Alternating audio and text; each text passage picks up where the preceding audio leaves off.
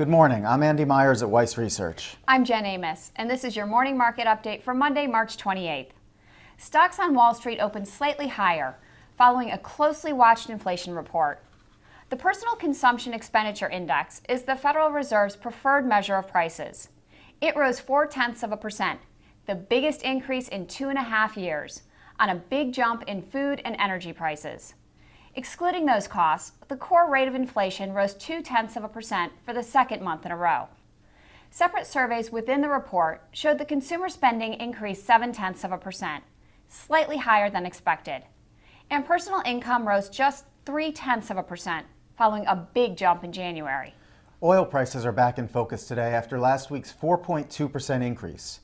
Right now, they're dipping back to around $104 a barrel on optimism about crude supplies from Libya. Rebels captured 2 key ports over the weekend, boosting hopes that Libya's 1.6 million barrels a day could start flowing back to the market sooner than expected. But the news out of Japan is not as encouraging. High levels of radioactivity hindered work to control the nuclear fallout from the earthquake-damaged Daiichi plant. Japanese stocks lost ground overnight, as did the markets in Hong Kong and Taiwan. Investors around the world remained cautious as they watched developments in Japan, North Africa, and the Middle East. And Europe may be a cause for concern as well, following last week's sovereign debt problems in Portugal and Spain, and a loss by German Chancellor Angela Merkel's party in a state election over the weekend. We have more news today regarding consolidation among global stock exchange operators. According to the Wall Street Journal, the Intercontinental Exchange and NASDAQ OMX Group are still considering a joint bid for NYSE Euronext. Last month, the operator of the New York Stock Exchange agreed to be acquired by Germany's Deutsche Börse. Now, NASDAQ and Intercontinental reportedly are hung up on deciding a price for the rival bid, and may have to bid at least $40 per share. Right now, NYSE Euronext is rising nearly 2% to about $35 a share. One of the biggest movers on the New York Stock Exchange today is Eastman Kodak. That stock is soaring more than 10%. Following a ruling by the U.S. International Trade Commission.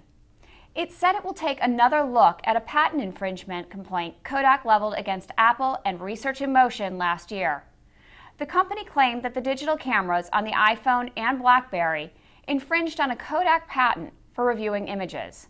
In January, a judge ruled against the complaint, but the ITC is now investigating that ruling. We're also keeping an eye on the telecom sector today.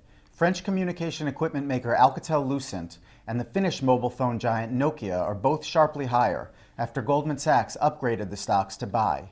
Meanwhile, Robert W. Baird boosted its rating on AT&T, Verizon, Metro PCS, and Leap Wireless, saying AT&T's purchase of T-Mobile from Deutsche Telekom last week is a watershed event in the industry.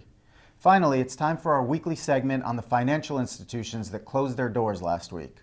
According to NYSE Ratings, just one bank made the list, the Bank of Commerce in Wooddale, Illinois.